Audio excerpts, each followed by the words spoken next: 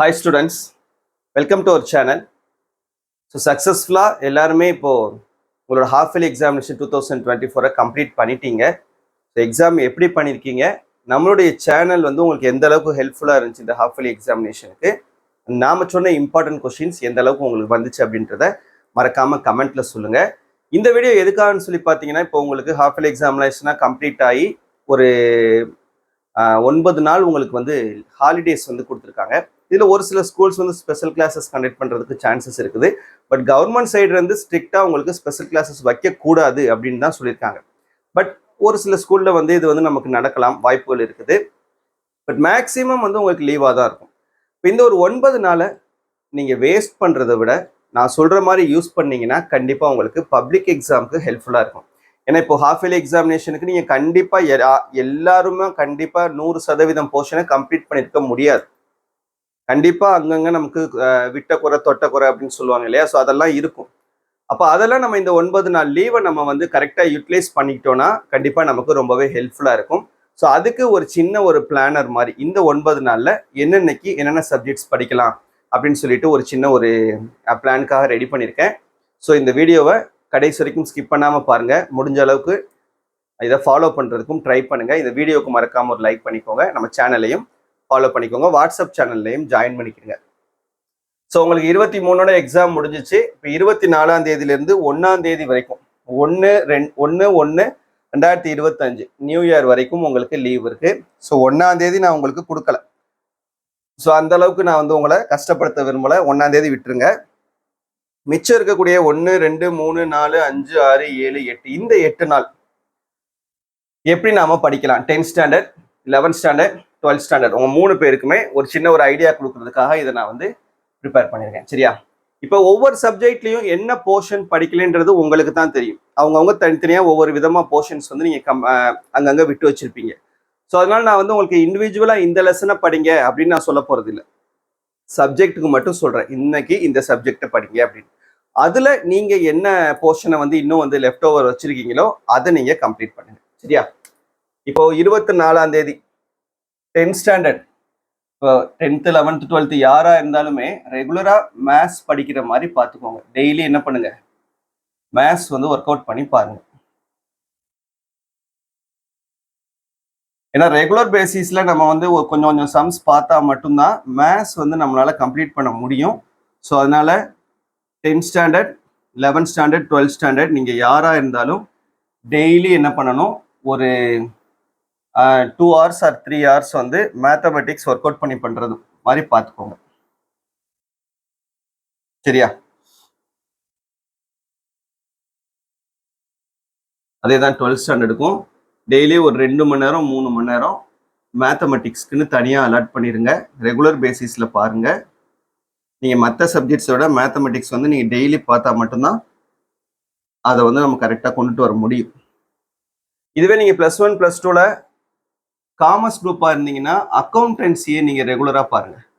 எப்படி மேத்தமெட்டிக்ஸ் நம்ம ரெகுலராக பார்க்குறோமோ அதே போல் நீங்கள் அக்கௌண்டன்சிக்குன்னு டெய்லி ஒரு 2 hours 3 hours வந்து அலாட் பண்ணிக்கோங்க. சரியா? இது நீங்கள் டெய்லி பார்க்க வேண்டியது. இது போக இன்னும் ஒரு சப்ஜெக்ட், அப்போ ஒரு நாளைக்கு 2 சப்ஜெக்ட் ஆயிருதா. மேத்ஸ் வந்து நம்ம டெய்லி பார்த்துடுறோம்.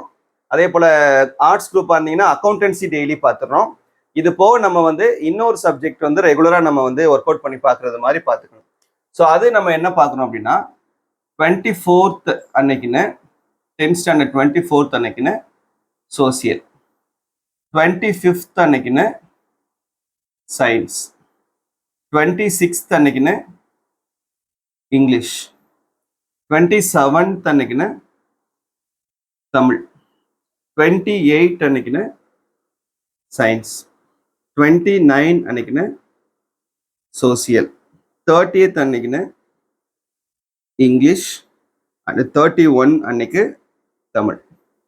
ஸோ மொத்தம் மீதி இருக்கக்கூடிய 4 சப்ஜெக்டையும் 2 நாள் படிக்கிறது மாதிரி நம்ம கொடுத்துருக்கோம். மேத்ஸ் டெய்லி பார்க்குறோம், மற்ற சப்ஜெக்ட்ஸை 2 நாள் நம்ம மாற்றிக்கணும். சரியா? சப்போஸ் தமிழ் இங்கிலீஷ்லாம் நான் எனக்கு தேவையில்லை சார் அப்படின்னு நினச்சிங்கன்னா ஃபுல் அண்ட் ஃபுல் நீங்கள் என்ன பண்ணுங்க, தமிழ் இங்கிலீஷ்க்கு பதிலாக இங்கிலீஷ் வர இடத்துல சோசியலும் தமிழ் வர இடத்துல சயின்ஸையும் போட்டு நீங்கள் படிச்சுக்கிட்டீங்கன்னா 4 நாள் படிக்கிற மாதிரி வந்துடும்.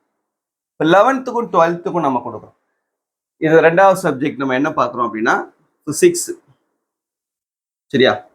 ஸோ முதல் நாள் ரெண்டாவது சப்ஜெக்ட் ஃபிசிக்ஸு, அடுத்த நாள் கெமிஸ்ட்ரி, அடுத்த நாள் பயாலஜியாக இருந்தால் பயாலஜி, கம்ப்யூட்டர் சயின்ஸாக இருந்தால் கம்ப்யூட்டர் சயின்ஸ்.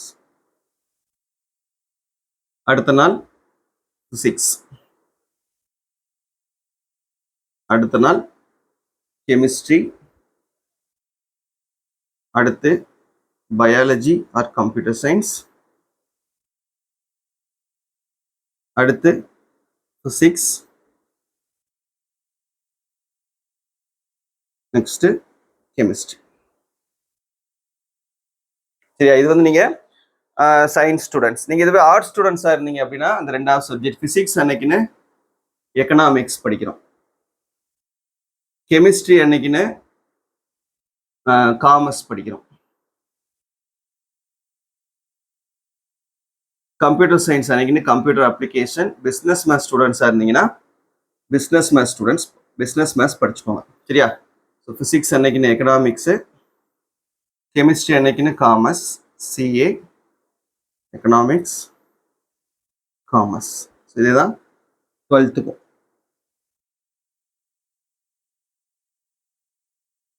சரியா? ஸோ இதில் நீங்கள் என்னென்ன போர்ஷன்ஸ் இன்னும் படிக்காமல் இருக்கீங்களோ அதை கரெக்டாக நீங்கள் அதுக்கு ஏற்ற மாதிரி டைம் அலாட் பண்ணி படிச்சுக்கோங்க. இப்போ மார்னிங் செஷனில் மேத்ஸ் பார்க்குறீங்கன்னா ஆஃப்டர்நூன் செஷனில் சப்ஜெக்ட் 2 பாருங்கள். சப்ஜெக்ட் 1க்கு மார்னிங் செஷனும் சப்ஜெக்ட் 2க்கு வந்து ஆஃப்டர்நூன் செஷனும் அலாட் பண்ணி நீங்கள் என்னென்ன போர்ஷன்ஸ் இன்னும் படிக்காமல் இருக்கீங்களோ தயவு செஞ்சு அந்த போர்ஷன்ஸ் எல்லாத்தையுமே இந்த லீவுக்குள்ளே கம்ப்ளீட் பண்ணுறது மாதிரி பாருங்கள். ஸ்கூல் ரீஓப்பன் பண்ணதுக்கப்புறம் உங்களுக்கு மேக்ஸிமம் ஃபர்ஸ்ட் வீக்கோட எண்ட் இல்லைனா செகண்ட் வீக்கோட ஸ்டார்டிங்கில் உங்களுக்கு ஃபர்ஸ்ட் டிவிஷன் எக்ஸாம் ஸ்டார்ட் பண்ணிடுவாங்க. ஸோ அதுக்கப்புறம் அந்த எக்ஸாம்ஸ்க்கு நீங்கள் ஃபுல்லாக ப்ரிப்பேர் பண்ணுறது மாதிரி இருக்கும். அங்கே உங்களுக்கு டைம் தனியாக கிடைக்காது. ஸோ முடிஞ்ச அளவுக்கு இதை ஃபாலோ பண்ணுறதுக்கு ட்ரை பண்ணுங்கள். இந்த வீடியோ மறக்காமல் உங்கள் ஃப்ரெண்ட்ஸ்க்கும் ஷேர் பண்ணிக்கோங்க. தேங்க்யூ.